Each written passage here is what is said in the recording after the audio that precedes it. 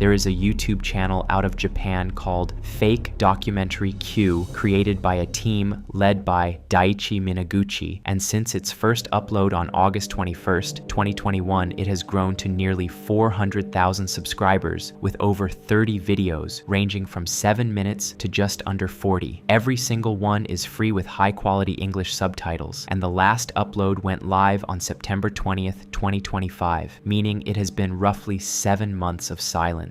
Each video is a fully produced horror short film disguised as a documentary segment, and the disguise is so convincing that if you stumbled onto one of these without context, you would genuinely not know whether what you were watching was real. Viewers have also been mapping connections between episodes for years now, recurring symbols, reversed imagery, overlapping characters, and what might be a much larger mythology underneath everything, and whether that's intentional or just an audience reading too deep is honestly part of what makes this channel impossible to stop thinking about. The best way to understand what this channel does is to look at where it started and where it ended up. The first upload, Cursed Video, runs about 18 minutes. A two-person documentary crew is investigating online rumors from around 2005 to 2009 about a VHS tape that kills anyone who watches it. Standard Ringu territory, and the show knows this because when they ask a video store clerk about the tape, he literally asks them if they're looking for the ring. I love that moment because it immediately tells you this series respects the audience enough to not pretend you've never heard of a cursed videotape before, and instead of dancing around the trope, it walks straight through it. The store manager confirms the tape exists, and after 30 minutes of digging, pulls out a VHS with a handwritten sticker warning, "It will kill you," a sticker he wrote himself and admits to with a smile. And when they finally watch the tape, nothing about it is what you'd expect. There's no disturbing imagery or nightmarish faces, just pleasant footage of a couple spending time together with framed memorial portraits of deceased individuals spliced in at random intervals. Not graphic, not horrifying, just deeply wrong in a way that takes a second to register. And I think that's more unsettling than any Ring-style montage could have been, because it makes you feel like you're watching something personal that you weren't supposed to find. The manager explains that kids added the extra portraits over time as a joke, which turns the tape into this collaborative object where nobody can trace what's original and what was added later. The crew concludes it was all a hoax, and this is where the show does what would become its signature move. A narrator explains that the segment never aired because the director died in a car accident and the cameraman died of heart failure despite being in his 30s, and the footage was locked in storage until now. Then the show plays the tape one more time, and this time there are 4 portraits instead of 3, even though the crew only counted 3 at the store. Whose face is the 4th one? Did the tape change? The show gives you nothing, just cuts to black and lets you sit there. And that feeling, that specific discomfort of being given just enough to build a theory but never enough to confirm it, is what every single episode of this channel runs on. I went in expecting jump scares or at least some kind of reveal, and instead I got something way worse, which is a question I can't answer and can't stop turning over in my head. Now compare that to the most recent upload, Helter Skelter, from September 2025, and the gap in ambition is staggering. It opens with a young woman going through storage boxes left behind by her late mother, who ran a small Vietnamese import shop from 2005 until her death in 2018.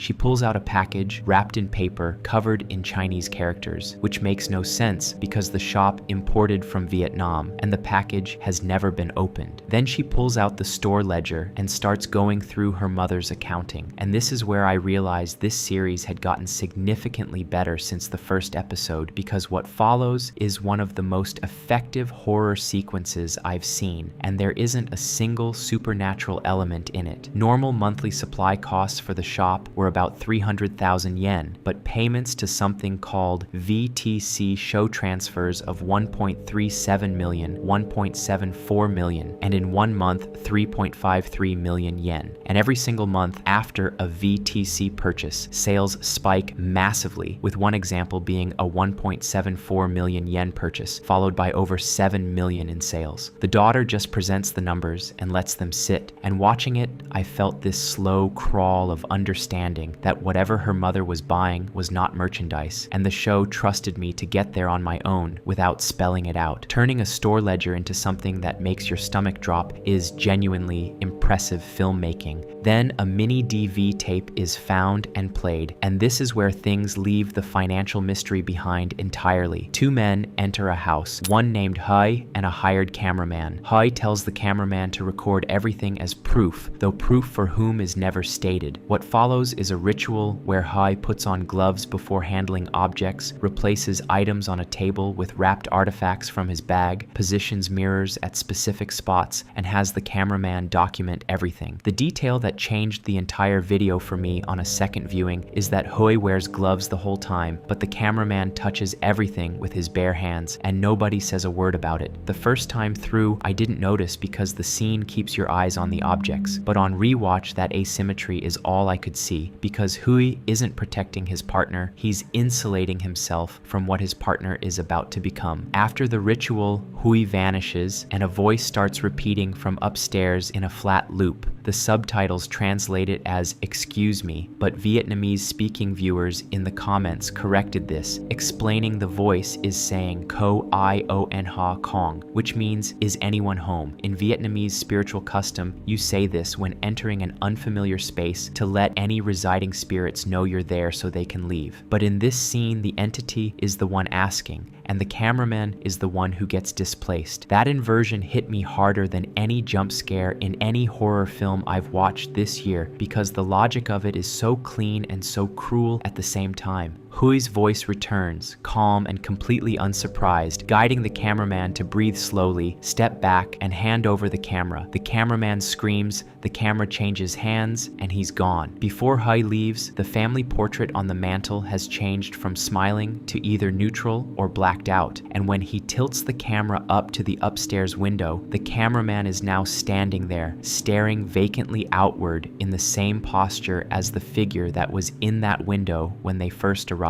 The show doesn't acknowledge any of this. No music, no narration, just holds the shot for a few seconds and walks away, and I sat there genuinely unsure whether I'd just seen what I thought I saw or if I was reading into it, which is exactly the state of mind this series wants you in at all times. The daughter opens the wrapped package. Inside is a yellow backpack stained with what appears to be dried blood. She has no idea what it is or why her mother paid a fortune for it, and the video ends without a word of explanation. The distance between Cursed Video and Helter Skelter tells you everything about how this team has grown. The first episode is a clever short with one clean twist, and the latest is a layered horror story running across financial mystery, ritual horror, and metaphysical nightmare at the same time, ending not on a twist, but on an image that makes you want to re-watch the entire channel from the beginning. The creators have clearly gotten sharper, layering accounting records, mini DV footage, Vietnamese spiritual customs, and visual details that only land on a second viewing. And the whole thing works because it never once tells you what to think. If you've never heard of this channel, the entire catalog is on YouTube right now with English subtitles, and it costs nothing. And if enough of you are interested, I would love to do a full deep dive on the individual episodes, so let me know in the comments if that's something you'd want to see.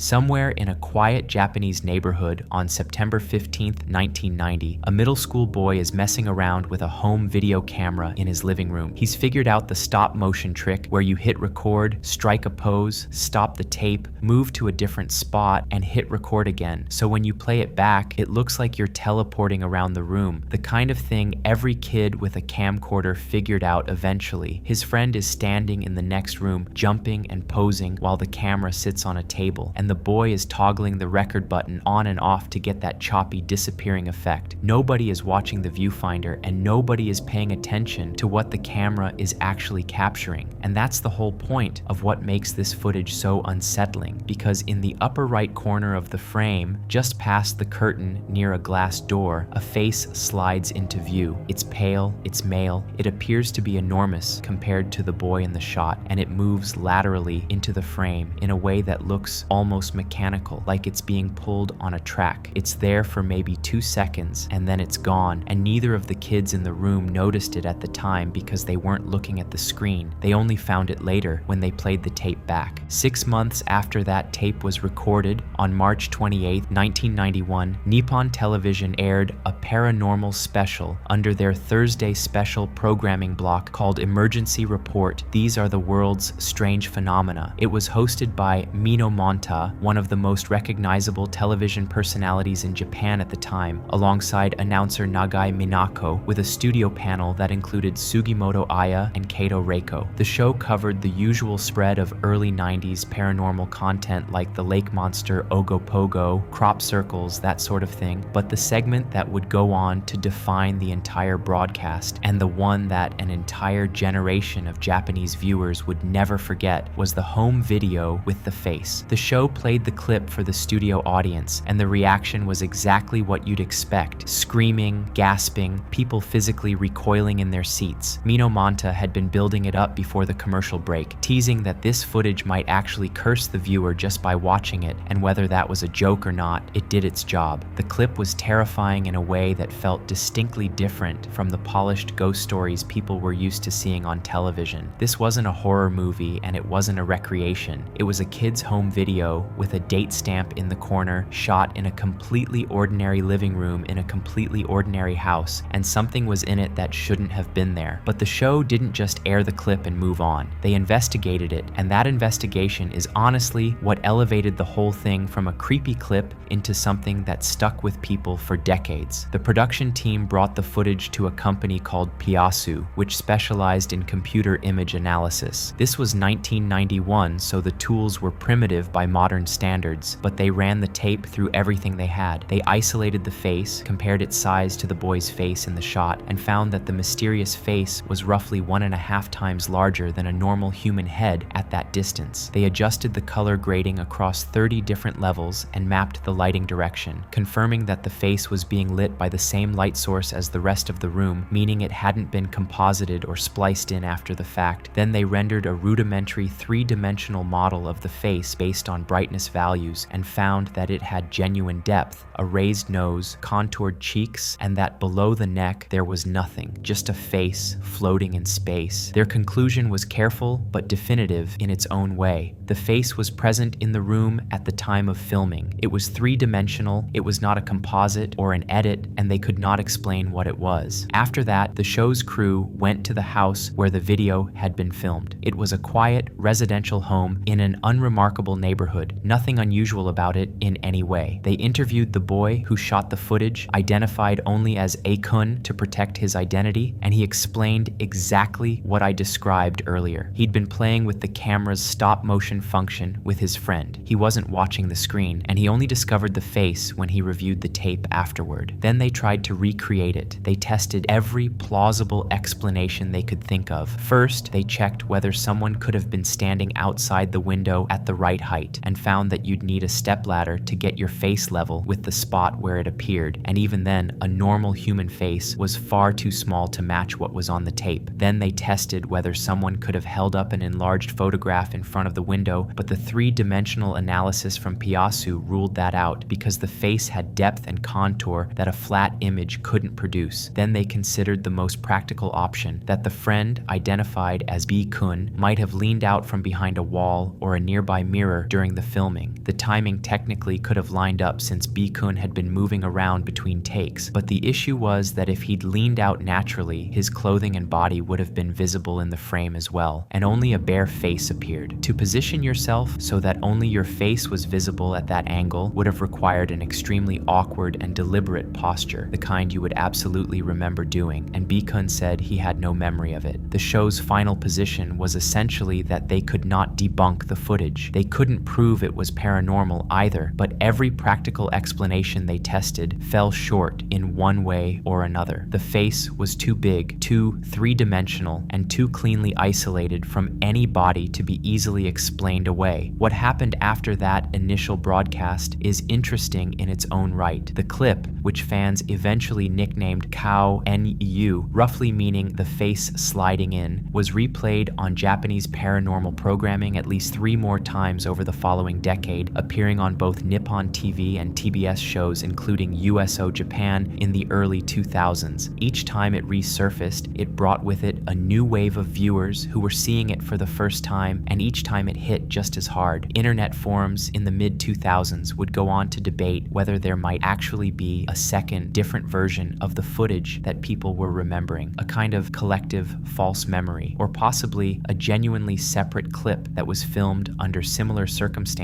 and has since been lost. That debate was never fully resolved, and it added an extra layer of unease to something that was already deeply uncomfortable to watch. The face in the footage was often compared by viewers to the Japanese actor Furuya Masato, though whether that resemblance means anything or is just a coincidence of lighting and angle is anyone's guess. What makes Cow NYU endure isn't the face itself, as unnerving as it is, but the context around it, the fact that it was filmed by accident, by a child who wasn't trying to capture anything, in a room where nothing was supposed to be happening, and that when professionals sat down and tried to figure out what went wrong, they couldn't.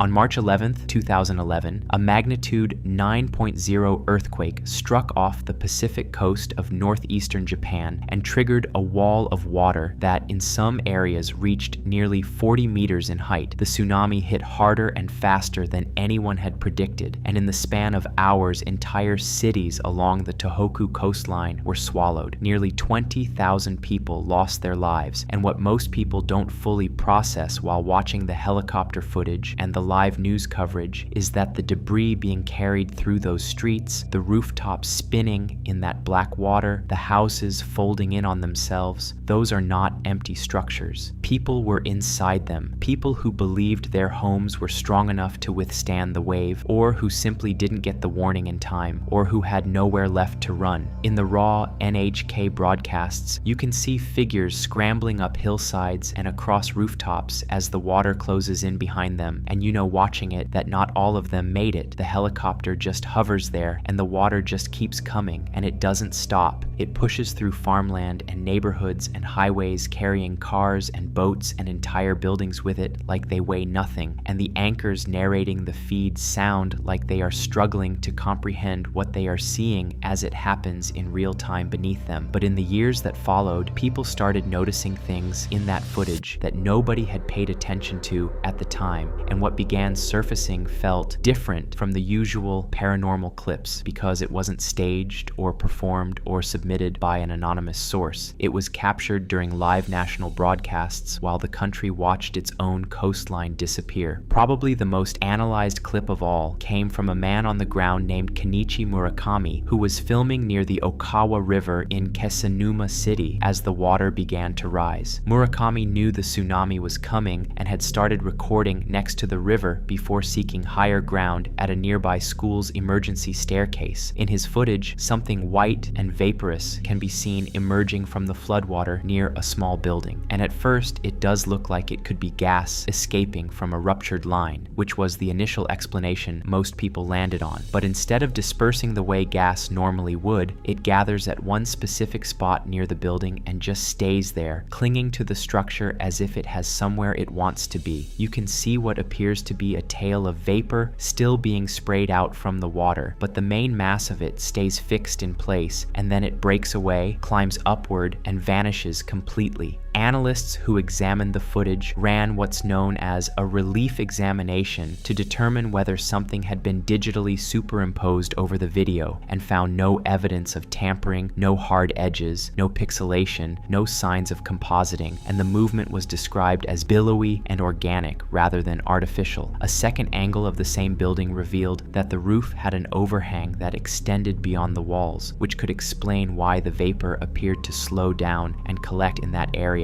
But the fact that it gathered and held position and then climbed and disappeared was something that no one could fully account for. The second clip came from the live NHK helicopter coverage of the tsunami sweeping through Sendai. In the upper left portion of the frame, white transparent shapes can clearly be seen coming out of the water and disappearing into thin air, moving at a speed that doesn't match anything else in the shot. Some viewers pointed out that it could be flash evaporation from a ruptured ruptured industrial tank, or steam being forced out of a collapsing structure or a visual artifact from the broadcast compression, but what made the clip stick was how deliberate the movement looked, almost like something was gliding out of the wreckage and across the surface of the water before vanishing entirely. And in that same broadcast, something dark appears directly in front of the helicopter camera and flies sharply to the left before disappearing out of frame in less than a second. It could be a bird or a piece of debris caught in the rotor wash, but its shape and trajectory didn't match any of those explanations cleanly, and people dissected the clip frame by frame, adjusting contrast and brightness, trying to isolate exactly what it was, and neither side ever settled the debate. But the accounts that really shook people didn't come from the footage at all. They came from the survivors, and they started appearing almost immediately after the water receded. In the city of Ishinomaki, one of the hardest hit areas in Miyagi Prefecture, a sociology student at Tohoku Gakuen University named Yuka Kudo interviewed more than 100 taxi drivers for her graduation thesis, asking each of them whether they had experienced anything unusual since the disaster. 7 of them told her stories that were remarkably similar. One driver described picking up a young woman near Ishinomaki Station in the early summer of 2011. She was wearing a heavy winter coat despite the warm weather and was soaking wet even though it hadn't rained in days, and she asked to be taken to the Minamihama district, an area that had been almost completely destroyed by the wave.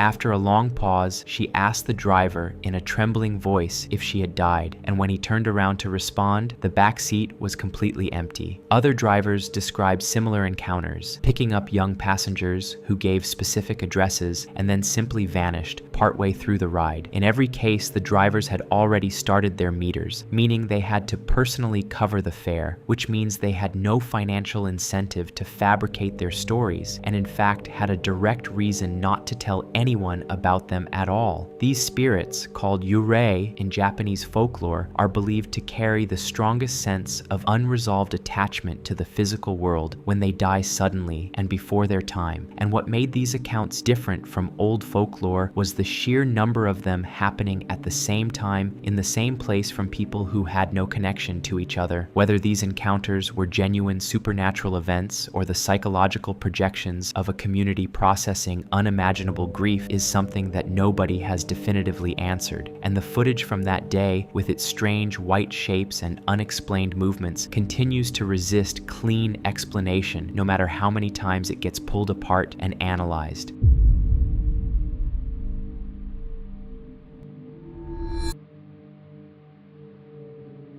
Before social media, group chats, or any of the ways we torment each other digitally now, there was chainmail. And in early 2000s Japan, where flip phones had already become extensions of the body, it became a way to carry curses, guilt, and the memory of the dead straight into your pocket. There is a segment from a 2003 horror anthology that I think deserves way more attention than it gets. The anthology is called Inagawa Junji no Senritsu no Horror, hosted by Junji Inagawa, probably Japan's most recognizable ghost story narrator. In the West, it got repackaged as J-Horror Anthology Underworld. The segment is just called Chainmail, and it runs maybe 15 minutes. But in that time, it manages to do something a lot of bigger J-Horror from the same era couldn't, which is make the technology feel like it belongs to the ghost, rather than just being a vehicle for the plot. The segment opens with narration about how email has woven itself into daily life, especially for young people, and poses a question about whether the person on the other end of your messages is even human. From there, we're in a high school where a chainmail is going around claiming to be from a girl who jumped off a rooftop, saying the afterlife is agony, begging you to forward the message to save her, and threatening that if you don't, the same thing happens to you. Students are freaking out over it, and the segment lets you sit with their panic for a moment before pulling the rug, because 3 girls are laughing about the whole thing. They created the chainmail as a joke. And the part that takes this from stupid to genuinely cruel, the detail that made me pause the video, is that they used the actual photo of a classmate named Tomo who really did kill herself. One of them is proud of that detail, calls it the reason the prank worked so well. Sayaka, the quietest of the three, says maybe they took it too far, and the response she gets is one of the most realistic pieces of dialogue I've heard in a horror film. The other girls tell her they weren't bullying Tomo, they were just messing around, and if she killed herself over that, then she was the one with the problem. Sayaka accepts it, conversation over, and watching that exchange, what struck me is how perfectly it captures the way people talk themselves out of responsibility in real time, because neither of them actually believes what they're saying. Sayaka mentions to the third girl, Atsuko, that she heard Yumi calling Tomoe's name and begging for forgiveness. Atsuko waves it off immediately, says Tomo is dead, so how could she have anything to do with it? And the way she says it feels less like denial and more like someone who has already decided they're not going to think about this. Then Atsuko gets a phone call, Tomoe's voice on the line, asking for help,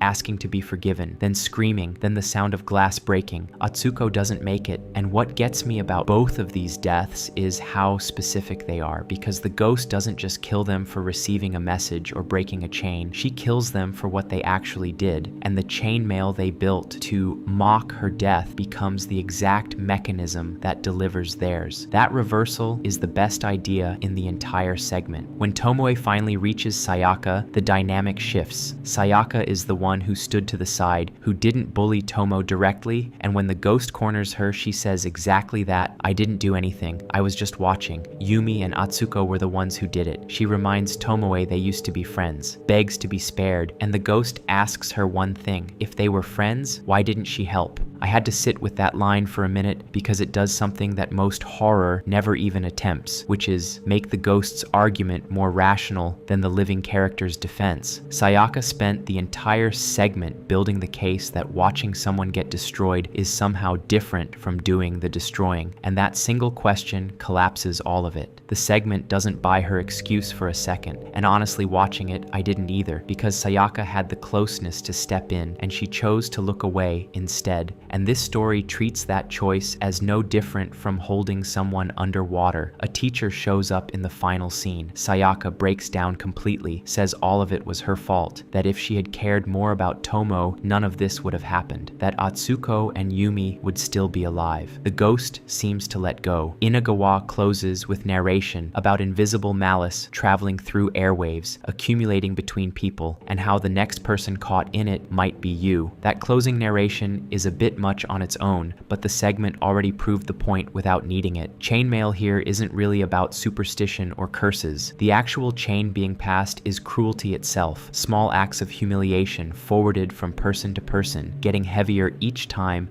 until somebody breaks under the total weight. Everyone involved has the same excuse afterward. I didn't start it. I just passed it along. I was only watching. That excuse hasn't aged a day, just the format it travels on.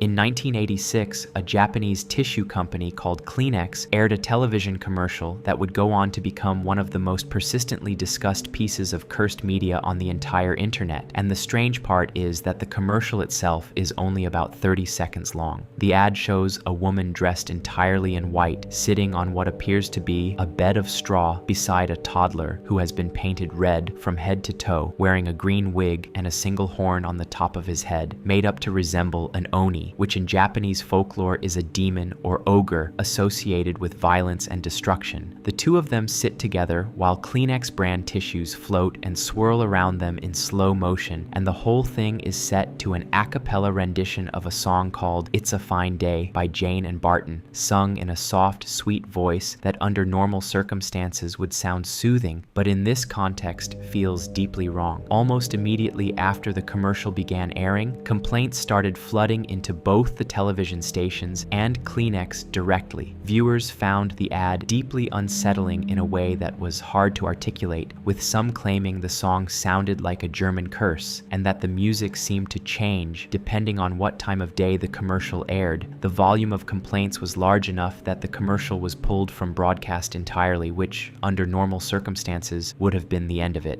But 20 years later, on May 23, 2006, someone uploaded the ad to YouTube, and it went went viral all over again, picking up millions of views and dragging with it a collection of urban legends that had apparently been building in the background for 2 decades. The rumors are dramatic. One claims that the entire film crew died in mysterious circumstances after the shoot, with the cameraman supposedly burning alive in a sauna due to a machine failure and the child actor being decapitated in a car accident. Another claims that the woman in white, an actress named Keiko Matsuzaka, fell pregnant shortly after filming and gave birth to a demon child, after which she suffered a mental breakdown, was committed to an institution, and eventually took her own life. A third rumor says the commercial changes depending on when or how you watch it, that the red oni turns blue if you rewind and replay the footage, or that watching it after midnight will cause you to lose your mind. And the fourth is the simplest, that watching the commercial at all will curse you. None of this is true. Keiko Matsuzaka is alive and well, has 2 children, has continued acting for decades, and appeared in a Japanese television drama as recently as 2020 playing a cheerful housewife. The crew death stories have no verifiable source and have been repeatedly debunked. The color-changing claim has been tested by multiple people with no results, and obviously millions of people have now watched the commercial on YouTube without any reported consequences. But what I find interesting about this whole thing is that the urban legends, as fabricated as they are, exist because the commercial genuinely is unsettling in a way that feels almost accidental. The combination of a toddler painted to look like a folkloric demon, tissues floating through the air with no visible mechanism, a woman sitting motionless in white like a figure from a ghost story, and a lullaby-like vocal performance that feels too calm for what you're looking at. All of it creates this sense that you're watching something that wasn't meant to be seen, even though it was literally designed to sell tissues to as many people as possible. The gap between what the commercial is trying to do and what it actually makes you feel is where all the superstition comes from, because when something is that unsettling and nobody can fully explain why, people fill the silence with stories.